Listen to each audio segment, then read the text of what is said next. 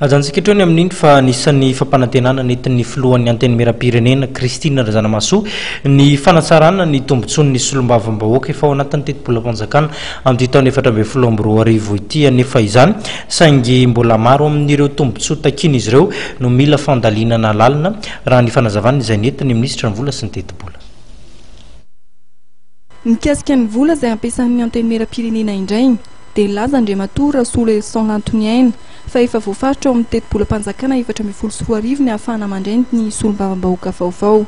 Saingy mbola ilaina fandiniana lalina amin'ny fanomezana tombontsoa samihafa ho an'ny solombavam-bahoaka voafita, ao anatin'izany ny fanomezana fiara tsy mataho-dalana ny solombavam-bahoaka tsirairay. Io no anisan'ny nambara ministra ny vola sy ny teti-bola Lantoniaina Rasoul Elson mikasika amin'ny fanomezana tombontsoa ny solombavam-bahoaka. Ny famaritana izany tombontsoa isan-karazany izany dia voafaritra efa misy dekret feny teo amin'ny CT sy ny CST tamin'ny fotoan'androny ary fantatsika tsara fa ireo nanatanteraka ny asan'ny CT sy ny Assemblée nationale sy ny Sénat zany hoe ny asan'ny parlement dia reny efa olona voatendry fa rehefa voafidy ny olona vaovao zany dia sasanany samihafa moa zany ny fafana miasa sy ny fitaovana entina miasa amin'izay ka mbola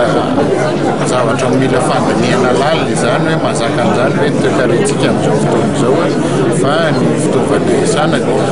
izany arak'izay misy eo ampelantanan'ny firenena no ahafahana miasa. Mikasika ny vola ampiasaina amin'ny fivoriana manokana sy ny fivoriana tsara-potoana dia laza ministra ny vola sy ny teti-bola fa tsy misy ny olana amin'ny fanatontosana izany. Fa misy ny sora-bola amin'ny Assemblée nationale efa natokana olanina amin'izany rehetrarehetra izany azonareo jerena eo anatin'ny budget d'exécution ny Assemblée nationale hoe manahoana ny vola ao araka ny tenentsika dia hoe mbola lasitra moa io lalàna fentetoloa dia rehefa mipetraka ny gouvernement vaovao dia mipetraka ny atao hoe politique générale de l'État hanao ny discours programme izy ao amin'ny Assemblée nationale dia avokeo ny programme anasa izay faritan'ny filohan'ny république aro tanterahany gouvernement tamin'ny alalan'izay politique générale de l'État zay dia manao loi de finances rectificative isika rehefa avy eo.